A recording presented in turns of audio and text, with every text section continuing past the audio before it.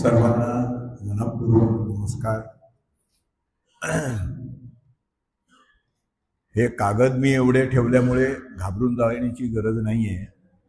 असं वाटेल की हा काय म्हणजे किती वेळ बोलणार, हा संपवणार आहे की नाही असं कदाचित वाटेल,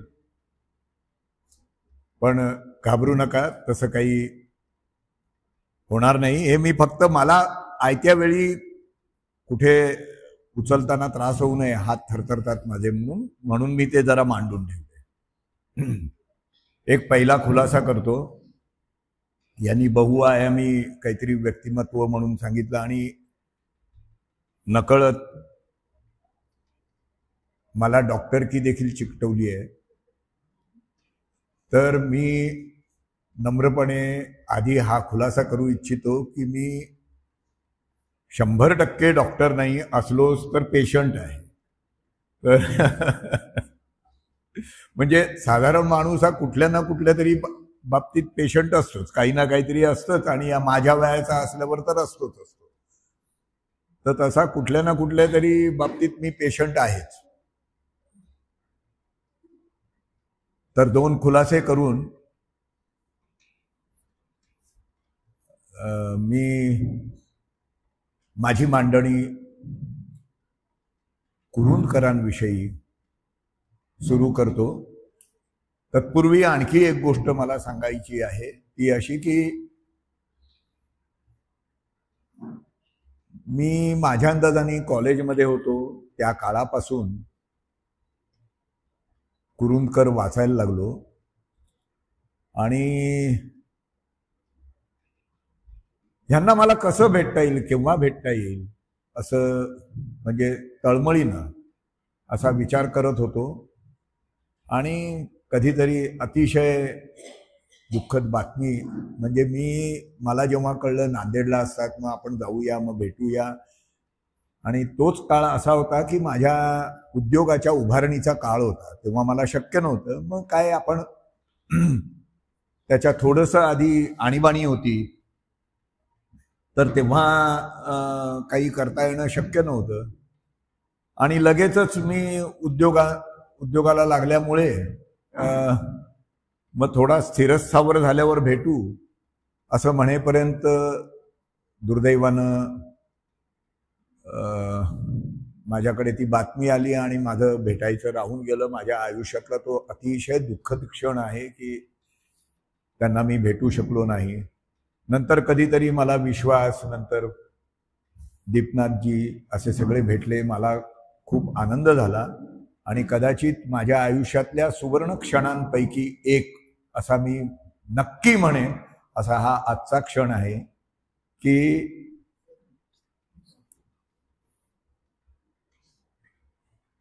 त्यांच्या या स्मारकामध्ये मी येणं आणि काय माझी जे काही मला ते समजू शकले त्याबद्दल भाष्य करणं. समाजवाद याबद्दल कुरूंदकरांनी अनेक ठिकाणी वेगवेगळ्या काळात फारच मार्मिक आणि अतिशय सुरेख भाष्य केलं आहे. आणि त्यातला वेगळेपणा हा मला वाटतं इथे सांगणं जास्त गरजेचं. काय सांगितलंय याच्यापेक्षा वेगळं काय सांगितलंय. समाजातले सर्वजण सुखी व्हावेत,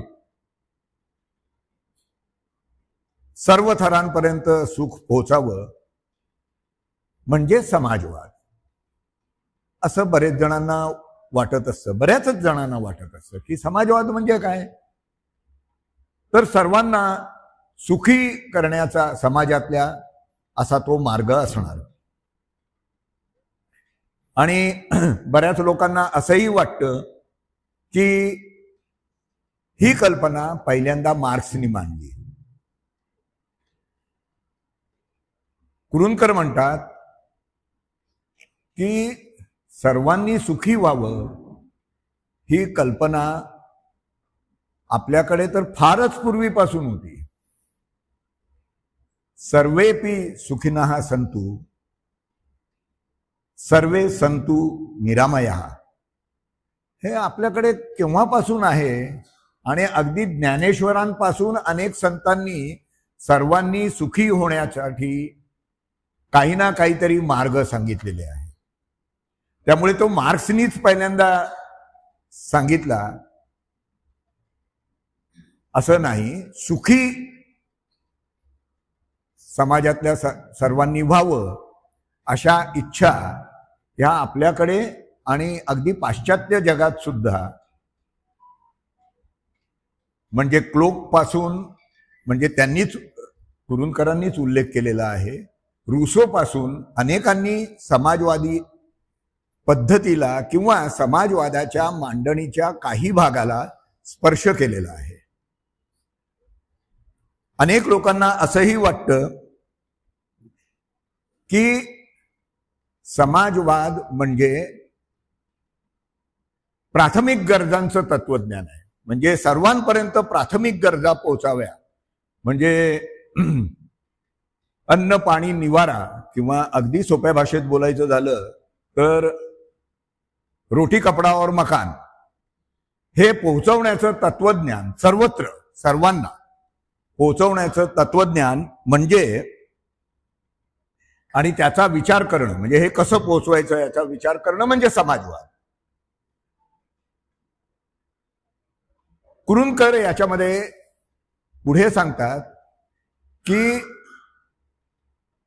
या दोन्ही गोष्टींमध्ये काहीतरी अपूर्णता आहे. हे जे असं ज्यांना वाटतं ते चुकीचं वाटतंय.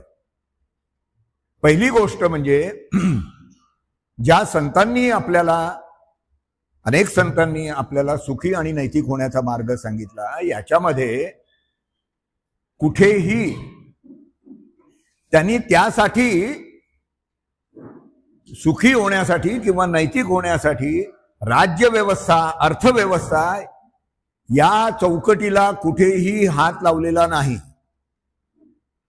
त्यांनी असं सांगितलंय की ती सगळी राज्यव्यवस्था, सामाजिक व्यवस्था ही सगळी तशीच ठेवून, अर्थव्यवस्था तशीच ठेवून तुम्ही सुखी कसं व्हावं. नैतिक आणि सुखी होण्याचा मार्ग आहे ते सगळं असंच असताना तुम्ही कसं त्यात सुख मानावं, हा मार्ग आधीच्या सर्व संतांनी आपल्याला दिला होता. मार्क्सच्या बाबतीत असं म्हणता येईल की त्यांनी पहिल्यांदा राज्यव्यवस्था आणि अर्थव्यवस्था बदलून, राज्यव्यवस्था आणि अर्थव्यवस्था बदलून ती बदलण्याचा मार्ग दाखवून सर्वांना सुखी होण्याचा मार्ग याची शास्त्रीय मांडणी केली. तेव्हा शास्त्रीय मांडणी करण्याचं हे श्रेय आपण मार्क्सला देऊ शकतो.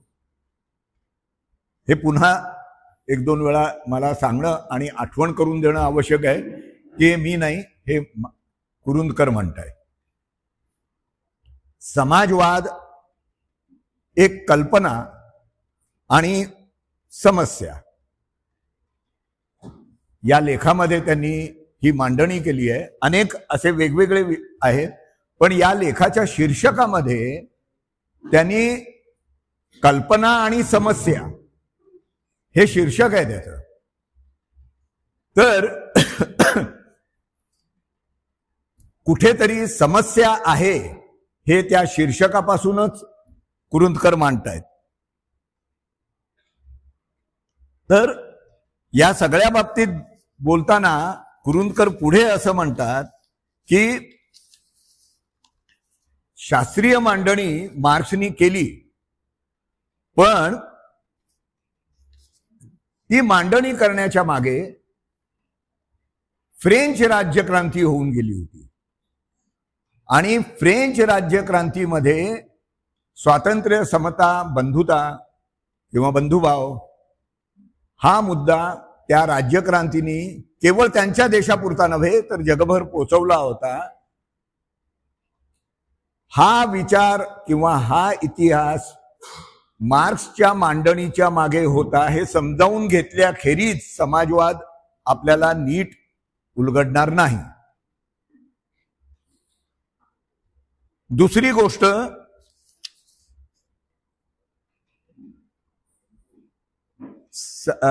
समाजवादामध्ये महत्वाचा जो फरक ह्या मांडणीनंतर कुरुंदकर म्हणतात, आणि इथून कुरुंदकरांच्या मांडणीचं वेगळेपणा सुरू होतो. आत्तापर्यंत जे बोललंय किंवा मी मांडलं कुरुंदकरांचं म्हणणं, त्याच्यामध्ये बहुतांश गोष्टी माहीतच होत्या, त्या फक्त त्यांनी तपशिलात सांगितल्या आपल्याला. याच्यानंतर कुरुंदकर असं म्हणतात की समाजरचना माणसांनी बनवलेल्या आहेत आणि म्हणून त्यात जर दोष असतील तर ते मानवनिर्मित आहेत, आणि म्हणूनच अधिक चांगली समाजरचना बनवता येईल असं वाटणं, अधिक चांगली समाजरचना बनवता येईल असं वाटणं हा समाजवादाचा विचार. यात अधिक चांगली ही शब्दयोजना नैतिक मूल्यांची सूचक आहे. ह्या वाक्यापासून कुरुंदकर जे बोलतायत आणि अन्य जे समाजवादाबद्दल बोलणारे होते त्यांच्यामध्ये फरक पडतो. कुरुंदकरांनी मांडणी करताना समाजवाद याची शास्त्रीय मांडणी, त्याचा काहीसा इतिहास, त्याचा तपशील असं सांगितलं, पण तो आपल्याला अन्य वाचनातूनही मिळू शकतो. कुरुंदकर इथे असं म्हणतायत की समाजवादाच्या विचारामागे अधिक चांगली समाजरचना ही जी शब्दयोजना आहे यात नैतिक मूल्यांची सूचना आहे. कुरुंदकर पुढे म्हणतात, मानवजातींचा इतिहास हा प्रेरणांचा झगडा आहे. दोन प्रेरणा आहेत त्या. एक, प्रत्येकाचं स्वतःच्या हितसंबंधांचं रक्षण करणं म्हणजे एका अर्थी स्वार्थ साधणं, आणि दोन, स्वतःच्या स्वार्थाच्या कोशातून बाहेर येणं आणि इतरांच्या कल्याणाचा विचार करणं. म्हणजे आपण वगळता इतर जे जग आहे, कोणीही असो, त्यांचा विचार करणं. यासाठी स्वार्थाच्या कोशातून बाहेर पडून इतरांचा विचार करणं हा एक नैतिक विचार आहे, आणि हा नैतिक विचार समाजवादाच्या मुळाशी आहे. समाजवादाचं जे मूळ आहे ते नैतिक विचारात आहे, आणि म्हणून कुरुंदकरांचं ठामपणे असं मत आहे की नैतिक विचारांच्या बाबतीत समाजवादाचा हा विचार, म्हणजे समाजवादाच्या बाबतीत त्याच्या मुळाशी नैतिक विचार आहे हे गृहीत धरल्याखेरीज समाजवादाची मांडणी किंवा समजून घेणं हे व्यर्थ आहे. अनेक समाजवादी, आता कुरुंदकर समाजवाद आणि तात्कालिक समाजवादी यांच्यावरही भाष्य करतात. अनेक समाजवादी समाजवादाचं तत्वज्ञान हे प्राथमिक गरजांची पूर्तता हे आपलं आद्य कर्तव्य समजत नाही, तर नैतिक जीवन व्यवस्था निर्माण करणं हे आपलं आद्य कर्तव्य समजतात, आणि ते समाजवादी जे आहेत असे त्यांना खरा समाजवाद समजला.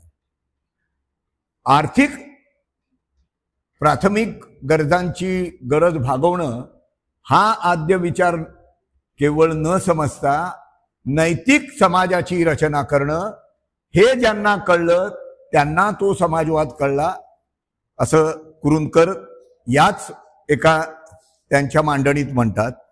आणि म्हणून समाजवादाचा जर मोठेपणा सांगितला गेला पाहिजे तर तो फक्त नैतिक बाबतीत सांगितला गेला पाहिजे.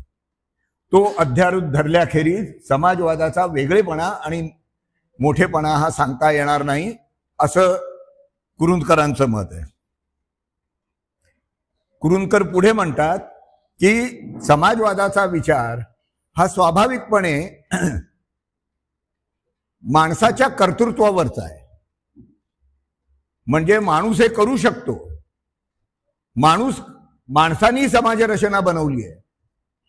समाजरचना आजची जी आहे ती कुठून निर्माण झाली, तर माणसांनीच निर्माण केली आहे. तर ती बदलू शकतो तो माणूसच करू शकतो.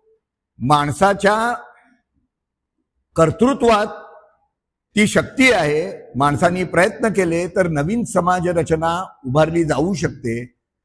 हा जो एक विश्वास आहे, या विश्वासामध्ये आपोआपच दैववाद नाकारला गेलाय.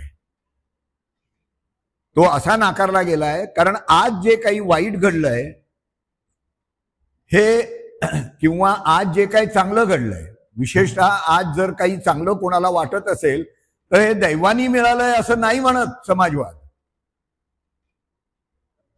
आपल्याला जे काही मिळतंय हे आपोआप मिळालंय. दैववाद किंवा देववाद काय आपण जे म्हणू ते तिथून मिळालंय असं समाजवाद मानत नाही. आपल्याला जे आज लाभलेलं आहे, आपण जी समाजरचना आज उपभोगतो आहे, या सगळ्या मागे मानवाचंच कर्तृत्व आहे आणि मानवच बदलू शकतो हे जेव्हा माणूस म्हणतो, हा जेव्हा समाजवादात या तत्वज्ञानात मांडलं जातं, तेव्हा त्यातच गर्भित असं आहे की याच्यामध्ये दैववाद नाकारला गेलाय. तर याबरोबरच दुसरी पण एक गोष्ट आहे त्यामध्ये की हे सगळं आकलन आज काय चाललं आहे, आज त्याच्यात योग्य काय आहे, अयोग्य काय आहे, आणि जगाच्या रगाड्यामागे काय काय गोष्टींचे परिणाम होत आहेत, या सगळ्या गोष्टी माणूस आपल्या बुद्धीच्या जोरावर समजू शकतो.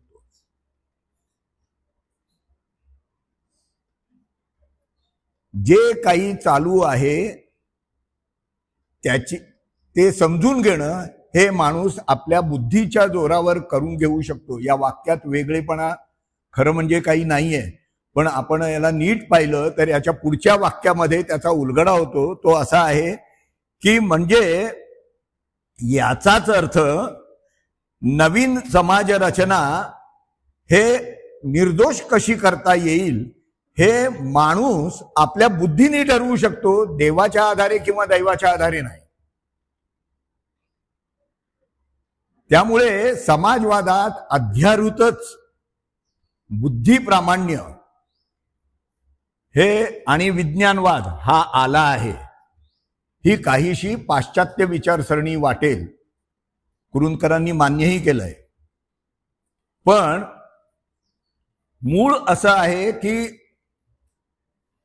या सगळ्यामध्ये थोडक्यात समाजवाद मांडताना त्याच्यामध्ये दैववाद किंवा काही माणसाच्या पलीकडच्या कुठल्या तरी शक्तीचा भाग हा नाकारला गेलाय आणि बुद्धिप्रामाण्यवाद आणि विज्ञानवाद या दोन गोष्टी त्याच्यामध्ये आलेल्या आहेत.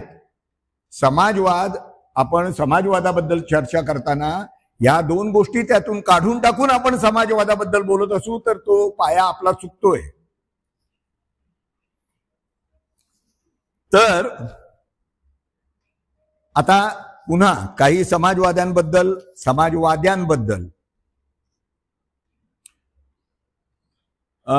कुरुंदकर म्हणतात, बुद्धिप्रामाण्य आणि विज्ञाननिष्ठा या दोन्ही बाबी एकत्र करून आपला विचार शास्त्रीय आहे हे सांगायची समाजवाद्यांची धडपड असते. आपला विचार नैतिक आहे हे सत्य सांगण्याऐवजी शास्त्रीय आहे असं ते सांगतात. पण तरी सुद्धा त्यांच्या मनात मात्र जीवनाचे आर्थिक प्रश्न सोडवण्याची भूमिका नसून जीवनाची नैतिक पायावर फेर मांडणी करण्याची इच्छा आहे. जरी ते असं म्हणाले की आपला विचार शास्त्रीय आहे म्हणजे लॉजिकल, तरी त्यांच्या मनात, त्या समाजवाद्यांच्या मनात, ज्यांना तो कळलेला आहे, त्यांच्या मनात नैतिक पायावर जीवनाची फेर मांडणी करण्याची त्यांची इच्छा आहे. आणि पण तरी सुद्धा ते फक्त शास्त्रीय म्हणतात, ते आमचा नैतिक मांडणी आहेत असं म्हणत नाहीत. याचा खुलासा कुरुंदकर असं करतात की खरं असं आहे की माणूस नैतिक होण्यासाठी पहिल्यांदा अर्थव्यवस्था बदलावी लागेल, हा मुद्दा पहिल्यांदा समाजवाद्यांनीच मांडला. पण अर्थव्यवस्था मूलभूत असली तरी फक्त अर्थव्यवस्था बदलून चालणार नाही. समाजाची रचना बदलायला पाहिजे, आणि समाजाची जर रचना बदलायची असेल तर ती अतिशय संथ गतीनं होत असते, हा एक भाग. आणि दुसरा, अर्थव्यवस्था बदलल्याशिवाय समाजाचे वर्गही बदलणार नाही. म्हणजे समाज रचना जर बदलायची असेल तर तुम्हाला अर्थव्यवस्था बदलायला लागेल. हे चक्र कसं आहे, कुरुंदकर सांगतात की तुम्हाला माणूस जर नैतिक बनवायचा असेल तर त्याची मनाची जडणघडण बदलली पाहिजे. मनाची जडणघडण जर बदलायची असेल तर समाजरचना बदलायला पाहिजे, आणि समाजरचना बदलायची असेल तर अर्थव्यवस्था बदलायला पाहिजे. आणि अशा या चक्रामध्ये सर्वात प्रारंभ होतो तो अर्थव्यवस्थेवर. म्हणजे मुळात बदलायला जे लागतं ती अर्थव्यवस्था बदलायला लागते. म्हणून आद्य जी आहे ती अर्थव्यवस्था आहे. पण इथे ठणकावून पुन्हा कुरुंदकर म्हणतात ती आद्य आहे, पण ती एकमेव बाब नव्हे. कुरुंदकरांचं हे माझ्या अंदाजाने, माझ्याकडे नक्की कधी लिहिलंय माहीत नाही, पण अंदाजाने हे 80च्या सुमारास कधीतरी लिहिलेला हे लेख असतील. हे बरेच आहेत या बाबतीत. पण पुन्हा सर्व समाजवादी सध्याचे म्हणजे तत्कालिक हे फक्त अर्थव्यवस्था आद्य आहे एवढीच घोषणा करत असतात. त्यांना जर सांगितलं की वास्तविक तुमची चळवळ ही नैतिक चळवळ आहे तर ते नाकारतात. याचं कारण ते असं देतात, नाही अर्थव्यवस्थाच मूलभूत आहे आणि मला तेच सांगायचं आहे, अर्थव्यवस्थाच आद्य आहे आणि मला तेवढंच सांगायचं आहे, आधी ती बदलू. तुम्ही हे नैतिक प्रश्न वगैरे उगाच मध्ये आणू नका. याचं कारण त्यांना अशी भीती वाटते की हे नैतिक प्रश्न आले की आपले मूळ जे आद्य अर्थव्यवस्था आहे त्याच्याकडे आपलं दुर्लक्ष होईल. याचं उदाहरण कुरुंदकरांनी अतिशय सुरेख दिलेलं आहे. म्हणजे आपण अनेक वेळा जे सलाम केले पाहिजे त्यातला हाही एक सलाम. तो असा आहे, त्यांनी उदाहरण दिलंय की बाबा आढावांची एक गाव एक पाणवठा अशी मोहीम होती आणि अत्यंत संघर्ष करत त्यांनी ती राबवण्याचा प्रयत्न केला.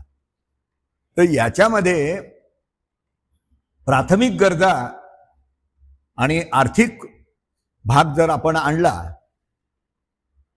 तर एका गावात खरा प्रश्न कुठे येतो की एका गावात एकच विहीर आहे आणि तिथे किंवा अनेक विहिरी आहेत आणि तिथे जाऊन पाणी आणायला लागतंय.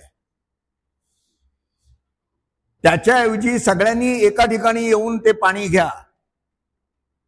जर याला प्राथमिक गरजांचं स्वरूप दिलं तर काय होईल? अहो घरोघर नळ पोचवा ना पाण्या, ते विहिरीत जायचंय कशाला? प्रत्येकाच्या घरी जर नळ आला तर विहिरीवर जाण्याचा प्रश्नच येणार नाही. कुरुंदकर इथे पेच टाकतात. हे बरोबरच आहे. अर्थव्यवस्था आद्य आहे आणि प्राथमिक गरजा हे आद्य आहेत. त्यानुसार प्रत्येकाला घरी पाणी मिळेल आणि एका विहिरीवर जाण्याचा प्रश्नच येणार नाही. अस्पृश्यता जाईल का मग? प्रत्येकाच्या मनात असलेली, प्रत्येकाला ज्याला पाणी पाहिजे त्याला त्याच्या घरी मिळेल. अर्थव्यवस्था सुधारली, प्राथमिक गरजा भागून जायला लागल्या आपल्या नव्या व्यवस्थेत. म्हणून अस्पृश्यता जाईल का मनातली? ती नाही जाणार. उलट मग माणसं, म्हणजे मग प्रश्नच येत नाही. माझं पाणी माझ्या घरात आहे, मला कशाला जायचंय त्या अमुक या लोकांच्यात. हा मुद्दा हा अर्थव्यवस्थेने सुटतोय का? हा समाजरचनेचा भाग आहे, हा नैतिक मुद्दा आहे. अस्पृश्यता जाण्यासाठी तुम्हाला वेगळी समाजरचना पाहिजे. तुम्हाला फक्त प्राथमिक गरजा जाऊन चालणार नाही. तुम्हाला स्वातंत्र्य, समता, बंधुभाव हवा असेल तर तुम्हाला नुसता प्राथमिक गरजा भागून होणार नाही. किंबहुना अनेक वेळा त्या बळावतील सामाजिक जी वेगवेगळ्या प्रकारचा मागासपणा आहे तो बळावण्याची शक्यता आहे. अशा पद्धतीनं हे कुरूंदकर म्हणजे तो नेमका प्रश्न निवडणं आणि तो मांडणं आणि त्यातून आपल्याला दाखवणं की प्राथमिक गरजा भागून समाजवाद येणार नाही, उलट समता आणि बंधुता जाणार आहे या अशा बाबतीत. म्हणून नैतिक बाब ही म्हणजे नैतिक पायावर समाजरचना ही बाब अर्थव्यवस्थेबरोबरच तितकीच महत्वाची आणि ती सुद्धा आद्य आहे.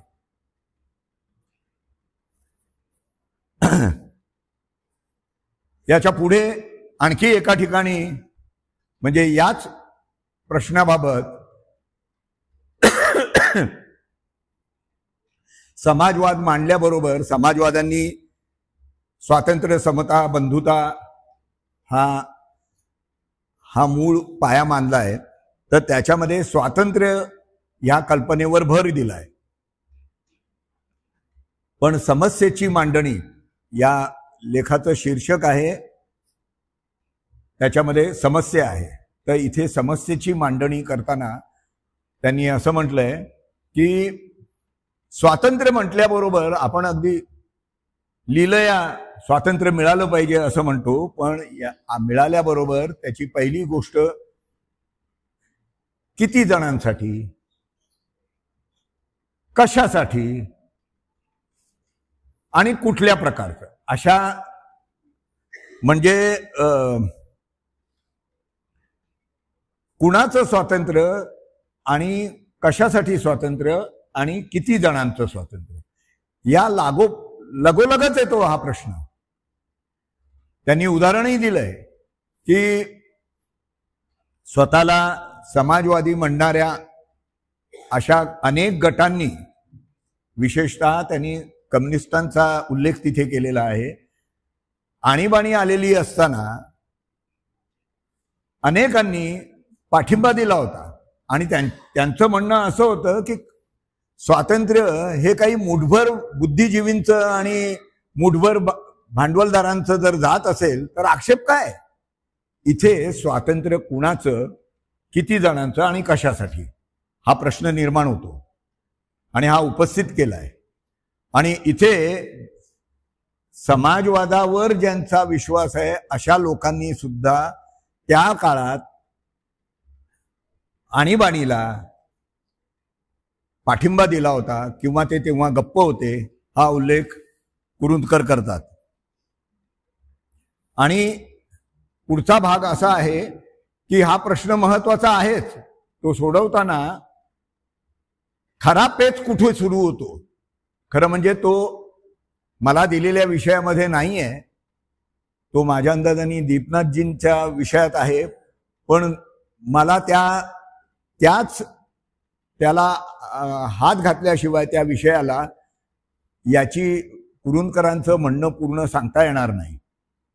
कुरूंदकर म्हणतात समाजवाद जेव्हा मांडणी पहिल्यांदा आली तेव्हा हा प्रश्न स्वातंत्र्य हा किती जणांचं, कशासाठी आणि कोणाचं हा आलाच नाही. याचं कारण असं होतं की जेव्हा फ्रेंच राज्यक्रांती झाली किंवा त्या पुढच्या काळात अनेक वर्ष समाजवादाची मांडणी होत होती, तेव्हा मुळात सर्वांना मतदानाचे अधिकारच नव्हते. 1926 साली पहिल्यांदा प्रौढ मतदान स्त्री आणि पुरुषांना दोघांनाही हे ब्रिटनमध्ये सुरू झालं. त्याच्या आधी जगभरात कुठेही सर्वांना मतदान नव्हतंच. फ्रेंच राज्यक्रांतीचा एक त्यांनी उल्लेखही केलेला आहे की त्यावेळी जेव्हा ती झाली तेव्हा त्यांनी मजुरांना संघटना करण्याचं स्वातंत्र्य नाकारलं होतं. म्हणजे स्वातंत्र्य, समता, बंधुता याचा उद्घोष करत जी राज्यक्रांती झाली आणि जी संसद भरवली गेली फ्रान्समध्ये, त्याच्यामध्ये त्यांनी अनेक जे ठराव केले त्यातला सगळ्यात महत्वाचा ठराव कुठला, तर आपल्या भागात कुठल्याही मजुरांना किंवा तत्सम काम कष्टकऱ्यांना संघटना करून आपल्या विरुद्ध जाता येणार नाही. हे ते का करू शकले? कारण तेव्हा मतदानाचे अधिकारच मजुरांना नव्हते. हा पेच कधी सुरू होतो तर प्रौढ मतदान पद्धत आपण एकदा स्वीकारली, सर्वांना समान मताधिकार. आज आपल्याला जो अगदी म्हणजे आपला पायाभूतच अधिकार वाटतो, म्हणजे मतदानाच्या अधिकाराखेरीज आपण असं आपल्या डोक्यातही येत नाही. म्हणजे आपण विचार सुद्धा करू शकत नाही. किंबहुना मी अनेक वेळा असं मला वाटतं की संगीत, चित्र, साहित्य या बाबतीत अनेक वेळा मला जर कोणी विचारलं तर मी सांगतो नाही, मला त्यातलं माहित नाही किंवा मला त्यातलं कळत नाही. हल्ली मताधिकार आपले हे इतके मुरलेले आहेत प्रत्येकात की आपल्याला कळो किंवा न कळो त्या प्रत्येक बाबतीत माणूस म्हणे जणू काहीतरी घडलं की त्याच्यावर माझं मत द्यायलाच पाहिजे. अरे कशाला देतोय, तुला नाही कळत तर? पण इतका आपल्यात आज भिनलेला आहे मताधिकार. तर हा मताधिकार आल्यावर प्रौढांना सर्वांना पुढे पेच सुरू होतो. तो असा होतो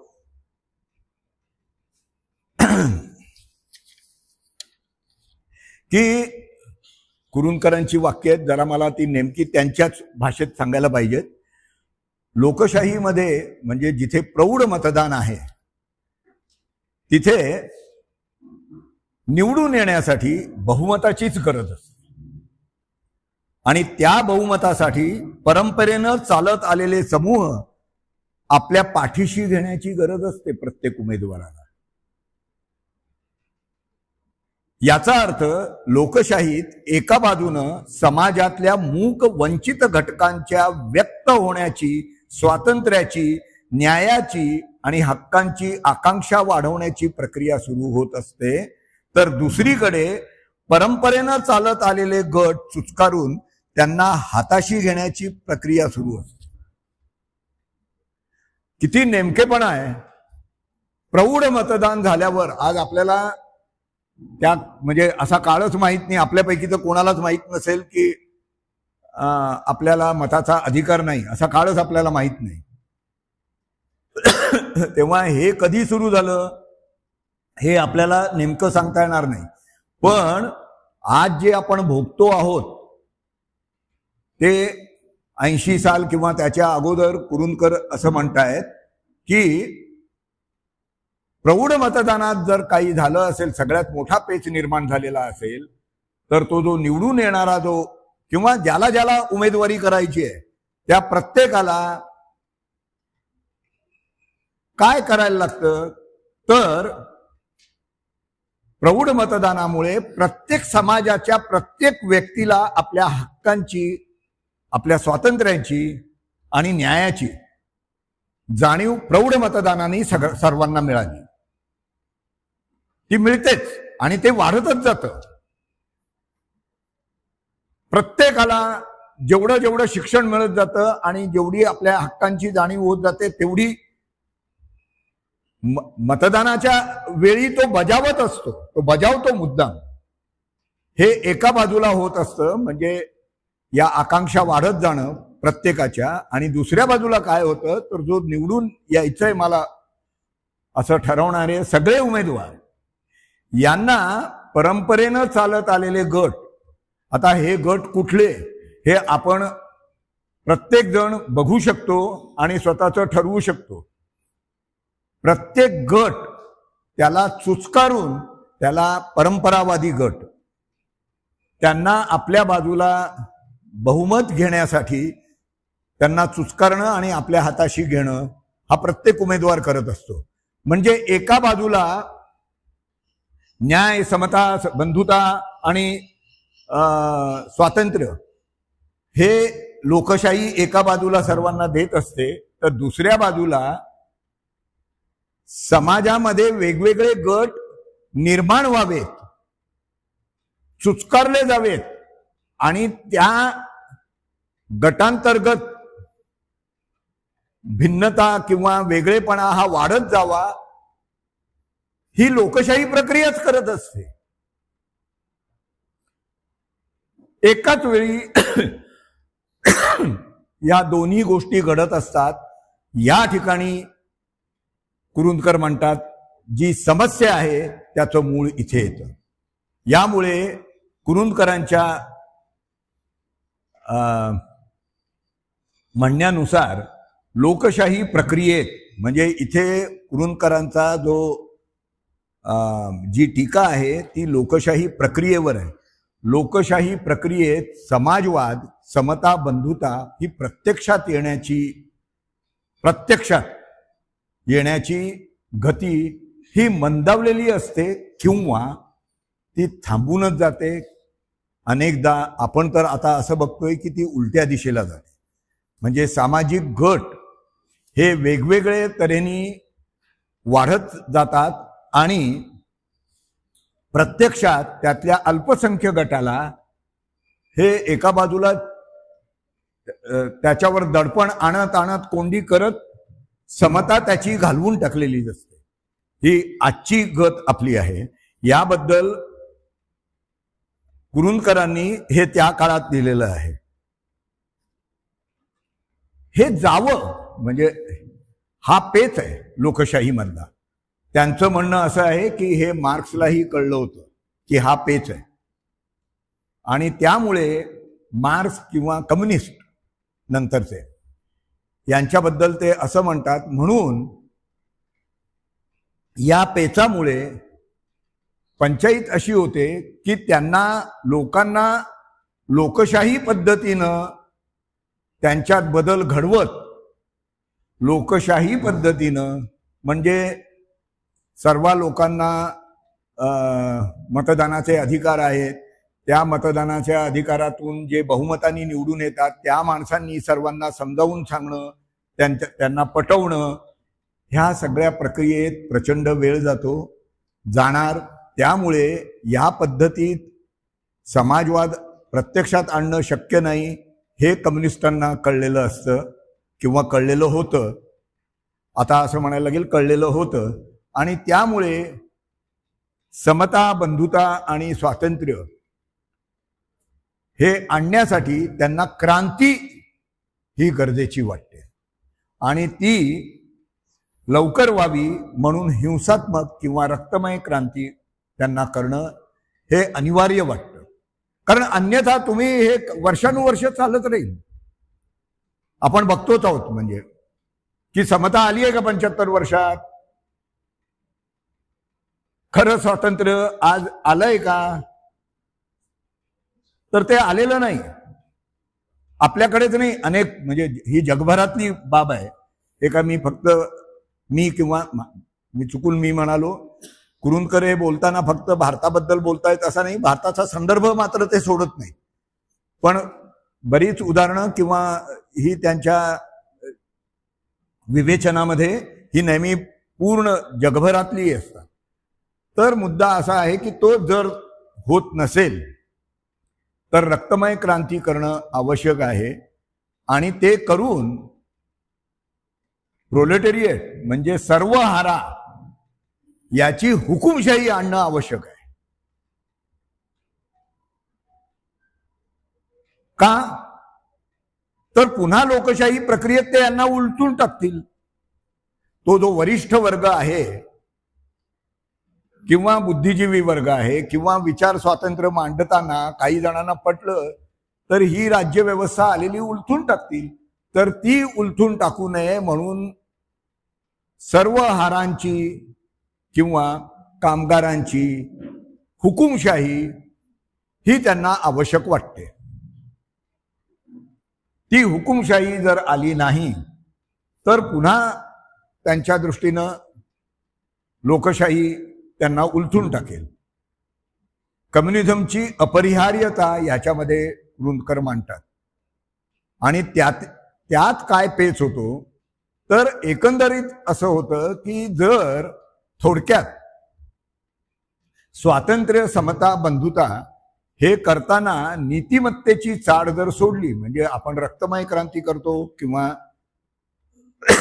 हिंसेचा वापर करतो, हे एकदा स्वीकारलं चांगल्या कारणासाठी, हे करायला काही हरकत नाही, म्हणजे शुचिता आपण पाळायची नाही असं ठरवलं एकदा, तर याच्यात पेच असा आहे की हे तर कुठलाही हुकुमशाह म्हणू शकतो की मी चांगल्यासाठी, काहीतरी चांगलं साध्य करण्यासाठी मी आत्ताही माझी हुकुमशाही लादतोय, काहीतरी चांगलं व्हावं,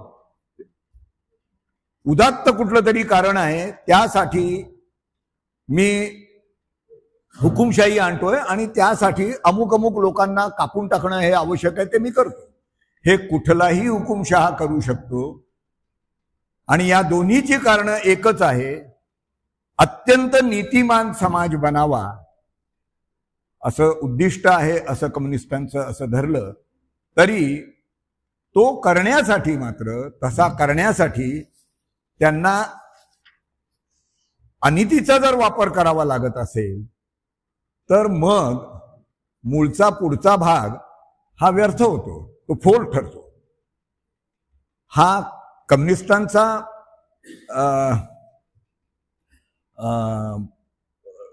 एक समस्या म्हणा किंवा त्यांच्या समोर असलेला प्रश्न, आणि त्या पद्धतीनं समाजवाद येऊ देण्याचा जो प्रयत्न आहे त्याबद्दल कुरुंदकर हे म्हणतात. आणि यामध्ये असं म्हणतात की याच्यामध्ये मुळात नीतीचा जर प्रश्न आला तर तो असा पाहिजे की पहिली गोष्ट, मला जे स्वातंत्र्य आहे ते इतरांना पण आहे हे कबूल करण्याची समाजामधल्या प्रत्येकाची ही बाब रुजली पाहिजे. समाजामधल्या प्रत्येकाला स्वातंत्र्य ही संकल्पना मांडताना, म्हणजे कोणासाठी स्वातंत्र्य, कोणाचं स्वातंत्र्य आणि किती स्वातंत्र्य, याच्यामध्ये सर्वात महत्वाचा प्रश्न येतो आणि तिथून हा नैतिक प्रश्न सुरू होतो की माझ्या स्वातंत्र्याची मर्यादा किती. तर मला हे मान्य केलं पाहिजे की दुसऱ्याच्या स्वातंत्र्यावर गदा येऊ नये, ही माझ्या स्वातंत्र्याची मर्यादा आहे आणि त्यासाठी मी स्वतःहूनच माझ्या स्वार्थाला मी स्वतः बंधनं घालून घेईन. आता हे जर आपण विचार केला तर थोडं कठीण आहे. कठीण म्हणजे अशा अर्थाने की हे समाजातल्या प्रत्येकाला कळणार कसं, हे खूप अवघड आहे. हे एक कल्पना किंवा एक स्वप्न म्हणून ठीक आहे, पण मी असा बनलो पाहिजे की मला स्वातंत्र्याची माझी कक्षा ही दुसऱ्याच्या आड तर येत नाही ना, हे मी बघतच माझं स्वातंत्र्य उपभोगेन, माझं स्वातंत्र्य मी जपेन, हे खरं आहे. पण माझं स्वातंत्र्य जपणारा हा हुकुमशाह सुद्धा असतो.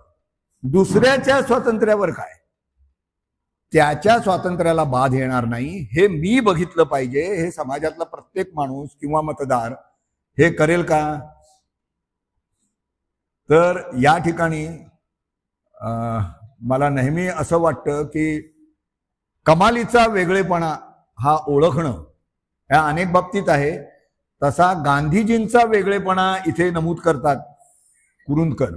ते म्हणतात आंदोलकांना स्वयंशिस्त असावी त्यांना स्वतःला नैतिक आचरणाची सवय असावी, नैतिक आचरण त्यांच्यामध्ये बिंबवलं जावं, हा आग्रह गांधीजींचा होता. आणि गांधीजींनी कुठलाही त्यांना कार्यकर्ता मिळेल तेव्हा त्याला पहिली जी सवय लावायचे ते स्वतःवरच्या संयमाची, स्वतःला नैतिक बंधनं घालून घेण्याची, स्वतःवर स्वतःच्या स्वार्थाला मर्यादा घालण्याची. हे संबंध जगात, म्हणजे तुम्हाला जर कोणाच्या विरुद्ध लढायचं असेल तर तुम्ही आधी ही बंधनं पाळा नैतिक, अशा तऱ्हेची अट किंवा हे बिंबवणं आणि त्यासाठी कार्यकर्त्यावर आपला वेळ आणि आपली ऊर्जा खर्च करणं, हे काम फक्त गांधीजींनी केलं. आणि आपण असं म्हणतो की ते यशस्वीरित्या केलं. पण तरीही इथे कुरुंदकर, थँक्यू, आभारी आहे.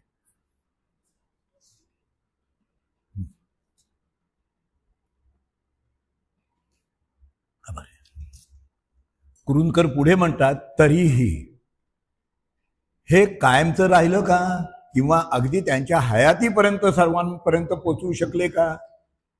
नाही. आपापल्या स्वार्थाला जर मर्यादा घालू शकले नाहीत आणि आपापला स्वार्थ त्या आंदोलनात जर कोणी साधून घेतला तर त्याला आपण काय म्हणू? भ्रष्टाचार म्हणू. तो गांधी जाताबरोबर तर सुरू झालाच, गांधीजींच्या हयातीत सुद्धा कितपत पूर्णत्वानी साध्य झाला याच्यावर तो वेगळा अभ्यासाचा विषय आहे. गांधींचं महात्म्य हे नमूद करत या ठिकाणी गांधींचा सुद्धा पराभव झाला. आंदोलकांना आत्मनियमन किंवा स्वयंशिस्त किंवा स्वतःच्या स्वार्थावर पूर्ण नियंत्रण असं बिंबवण्यात गांधीजी सुद्धा पूर्ण यशस्वी झाले असं म्हणता येत नाही. हे नमूद करून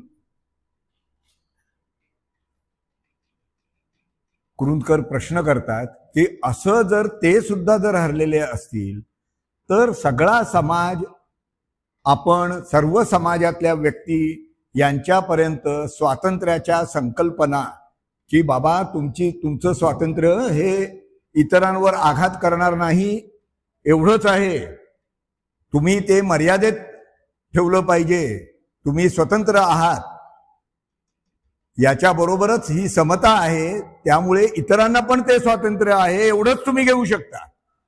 हे बिंबवणं तुम्ही कसं बिंबवाल? ते होणंच शक्य नाही असं कुरुंदकरांचं म्हणणं आहे. याच्यामध्ये एका बाजूला माझ्या मताने त्यांना असं म्हणायचं आहे, ते स्पष्टपणे नमूद केलेलं नाही, त्यामुळे मी माझं म्हणणं त्याच्यामध्ये न टाकता मला असं वाटतंय असं म्हणतो. ते असं की त्यांना असं वाटत असावं की लोकशाहीमध्ये आपण वैफल्याकडे जाऊ, त्यातून खरोखरच समाजवाद कधी येईल हे माहीत नाही, असं असावं हे या मांडणीत वाटतं.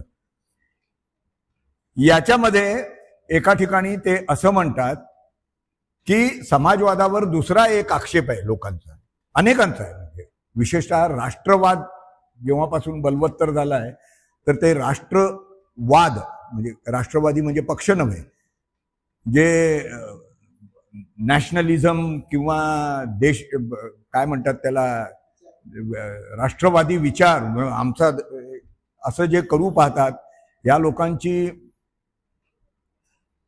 लोकांना ते उत्तर आहे.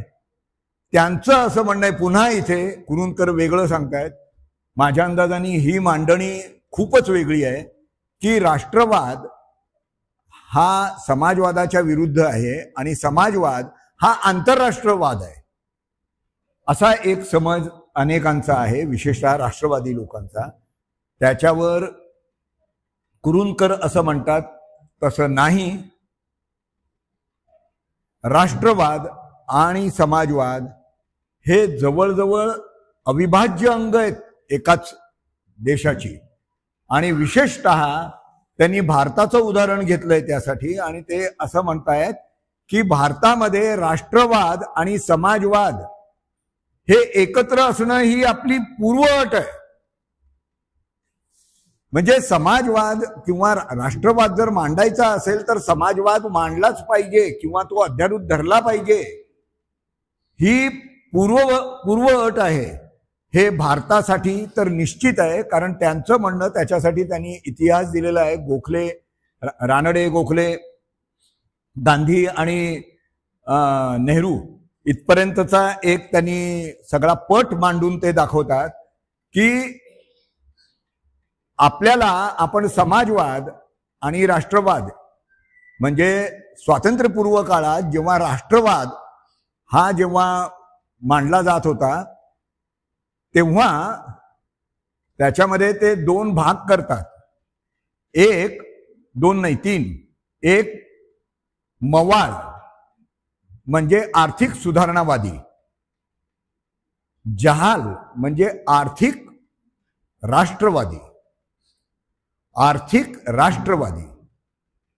आणि तिसरा सांस्कृतिक राष्ट्रवादी.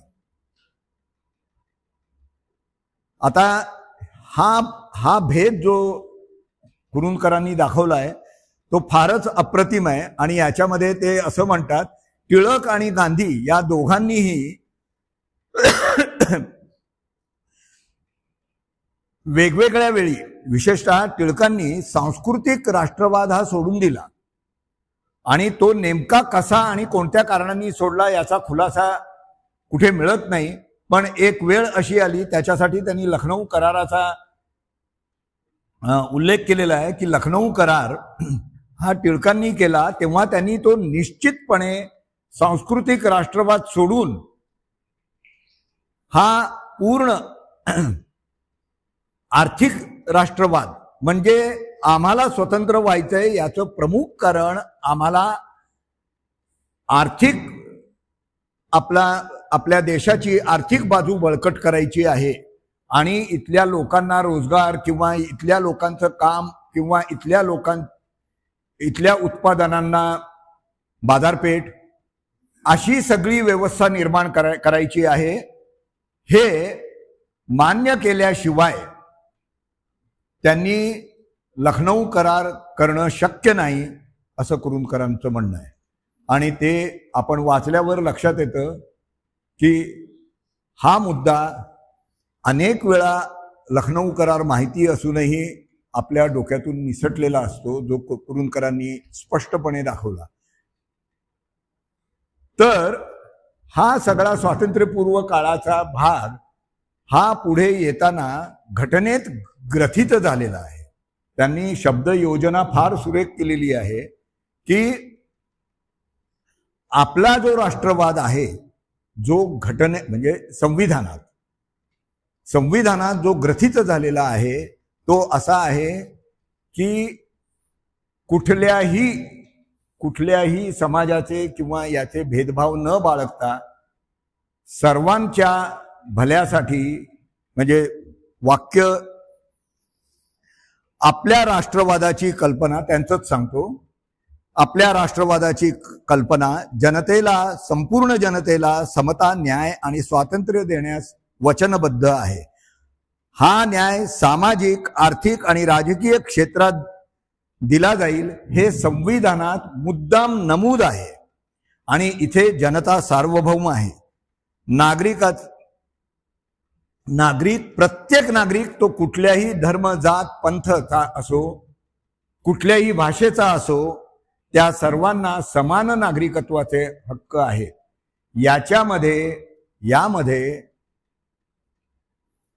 थोडक्यात आपला राष्ट्रवाद हा प्रादेशिक फार तर म्हणता येईल, प्रादेशिक म्हणजे भूगोलाने असलेला, परंतु तो कुठल्याही सांस्कृतिक बाबतीत, म्हणजे सांस्कृतिक राष्ट्रवाद जो आज सुरू आहे तो धर्माशी निगडीत असेल किंवा इतिहासाशी निगडीत असेल. कुरूंकर म्हणतात राष्ट्रवादाची कल्पना आपली ही धार्मिक किंवा वांशिक नसून प्रादेशिक आहे आणि तीच आपण रास्त मानतो. हीच कल्पना आपल्या स्वातंत्र्य लढ्यानं साकार केली आणि आपल्या संविधानात ग्रथित करण्यात आली. एका शासन सत्तेखाली नांदू इच्छिणारे सर्व जाती धर्म पंथाचे लोक मिळून राष्ट्र होतं असं आपण मानतो. राष्ट्रासाठी इतिहास, धर्म, जात यांचा आधार गौण मानून समान इच्छा, आकांक्षा, हितसंबंध, भवितव्य यामुळे होणारी जाणीव आपण महत्वाचं मानतो. जनतेचा विकास म्हणजे राष्ट्राचा विकास, जनतेचं हित म्हणजे राष्ट्राचं हित, जनतेचं सुख म्हणजे राष्ट्राचं वैभव. आता याच्यामध्ये कुठलाही जात धर्म संस्कृती ही नाकारलेली आहे आणि त्यामुळे हे जर असं असेल तर या राष्ट्रवादात समाजवाद आहेच. मगाशी आणीबाणीच्या काळाबद्दल तुम्ही म्हणालात, काहीतरी उल्लेख आला, तर हे कुरूंकरांचंच म्हणणं आहे की हे आधीपासूनच आहे, म्हणजे आपल्या संविधानात हे ग्रथित आहे. पुढे एक त्यांनी फटका जरा वेगळ्या लोकांनाही मारलेला आहे, तो खरं म्हणजे आपल्याशी म्हणजे नाही बोललो तरी चालेल, पण ते असं म्हणतात पुढे. आता एक वेगळा लहानसा मुद्दा म्हणून सांगतो, ज्यांना स्वातंत्र्य लढा कधी आपला वाटलाच नाही, ज्यांना आपला राष्ट्रध्वज कधी आपला वाटलाच नाही, आणि आता नागरिकत्वाचे हक्क मात्र सारे उपभोगतायत, ज्यांनी आपलं संविधान आणि राष्ट्रध्वज नाकारला, असल्या कोणाबद्दल इथे विचारात घेण्याचं काही कारण नाही. हा एक फटका मला सांगायची गरज नाहीये. आता याच्या पुढचा भाग जो आहे तो मला वाटतं आजच्या काळाशी निगडीत तो भाग आहे आणि तो मला वाटतं सर्वात महत्वाचा आहे.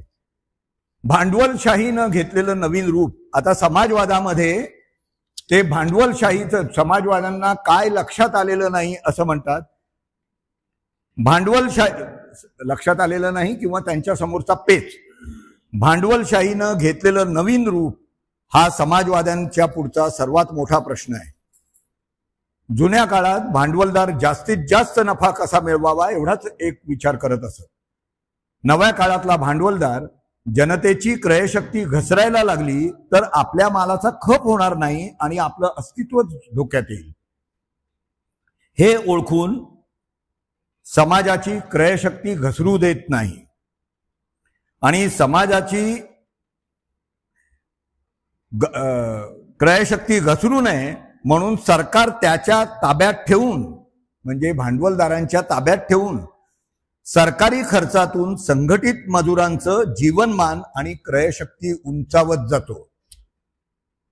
मला वाटतं परत हे जरा लांबलचक वाक्य आहे, नीट कदाचित पोचलं नसेल म्हणून मी परत वाचतो. भांडवलशाहीचं नवीन रूप त्याच्याबद्दल बोलतायत की जुन्या काळातला भांडवलदार जास्तीत जास्त नफा कसा मिळवावा एवढाच विचार करत असे. नव्या काळातला भांडवलदार जनतेची क्रयशक्ती घसरायला लागली तर आपल्या मालाचा खप होणार नाही आणि आपलं अस्तित्व धोक्यात येईल हे ओळखून समाजाची क्रयशक्ती घसरू नये म्हणून सरकार त्याच्या ताब्यात ठेवून सरकारी खर्चातून संघटित मजुरांचं, नोकरदारांचं जीवनमान आणि क्रयशक्ती उंचावत नेतो. जनतेची क्रयशक्ती घसरू नये, उलट वाढावी म्हणून सरकार ज्या कामातून विकाऊ माल तयार होणार नाही अशा कामात पैसे खर्च करत राहते. किती नेमकं आहे बघा. जनतेची क्रयशक्ती घसरू नये म्हणून किंवा वाढावी म्हणून सरकार ज्या कामातून विकाऊ माल तयार होणार नाही अशा कामात पैसे खर्च करत राहते. त्या पैशातून सरकारी, निमसरकारी आणि नोकर वर्गाची आर्थिक स्थिती सुधारत जाते. त्यातून भांडवलदारांचा विकाऊ माल खपतो आणि भांडवलदार वर्गाची अगोदरच उंच असलेली आर्थिक स्थिती आणखी उंचावते.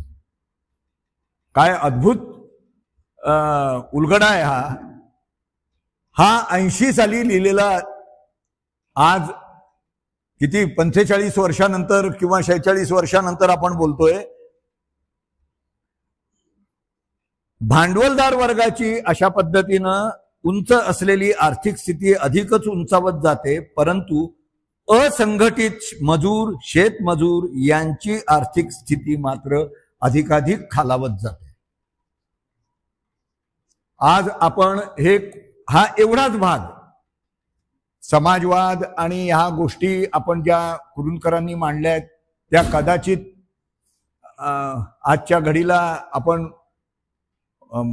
वैफल्यामुळे म्हणा किंवा जे घडतंय त्याच्यामुळे त्या बाबतीत विचार करणं आज किती उपयोगी पडेल माहीत नाही. पण हा जो परिच्छेद आहे हा मला वाटतं असं समोर लावून ठेवावा भिंतीवर. आपण आजचा आपला काळ बघितल्यासारखं वाटतंय की आहेत तेच भांडवलदार, त्यांच्यासाठी आपल्या ताब्यात ठेवलेलं सरकार त्याच्याकडून जो विकाऊ माल नाही अशा गोष्टींवर खर्च करायचा आणि म्हणजे सरकारनी खर्च करायचा आणि त्या सरकारनी वाढवलेल्या क्रयशक्तीवर भांडवलदार आपापला माल खपवतो. तुम्ही कुठल्याही बाबतीत तो आत्ता निकष लावा, मग ती वीज असेल किंवा तत्सम कुठलीही बाब असेल, तुम्हाला असं लक्षात येईल की हे त्याला मराठीत शब्द असेल पण इंग्रजीत बोलल्यावर अधिक असा रुतेल म्हणून फिट्ट बसतो आजचा काळ. तर हा आजच्या काळापर्यंत त्यांनी मांडलेला आहे आणि ह्यासाठी त्यांनी इतिहासाचे काही दाखले दिलेले आहेत. ते फार महत्वाचे आहेत. तेवढं सांगून मी आता शेवटाकडे येतो. त्यांच्याच शब्दात मांडणं आवश्यक आहे कारण दाखले आहेत ते, त्याच्यामध्ये कुठे औद्योगिकरण आणि शिक्षण, परंपरागत अंधश्रद्धा, धर्म, जाती यांनी केलेल्या चौकटी परत वाचतो. औद्योगिकरण आणि शिक्षण, परंपरागत अंधश्रद्धा, धर्म आणि जाती यांनी निर्माण केलेल्या चौकटी तोडू शकेल का? औद्योगिकरण वाढवलं आणि शिक्षण प्रत्येकाला पुरेसं दिलं तर अंधश्रद्धा, धर्म, जाती यांनी ज्या चौकटी निर्माण केल्या आहेत त्या जातील का? हा खरा महत्वाचा प्रश्न. नवशिक्षित, उच्च शिक्षित विज्ञानवेत्त्यांनीच धर्माच्या पायावर इस्रायल सारखं राष्ट्र उभं केलं होतं. कुरूंकर लिहित आहेत, नवशिक्षित, उच्च शिक्षित विज्ञानवेत्त्यांनीच धर्माच्या पायावर इस्रायल सारखं राष्ट्र उभं केलं. आक्रमक आर्यवंशीय राष्ट्रवाद सांगणारा हिटलर हा विज्ञानवंतच होता. आधुनिक शिक्षण आणि औद्योगिकरणावर श्रद्धांवर आधारित मत बदलण्याची पूर्वतयारी करत असेल. औद्योगिकरण आणि शिक्षण हे मत बदलण्याची म्हणजे परंपरा, श्रद्धा या बाबतीतलं मत बदलण्याची पूर्वतयारी करत असेल, पण ते बदलू मात्र शकत नाही. उलट आधुनिक शस्त्रास्त्रांनी त्या श्रद्धा अधिक बलवान होतात.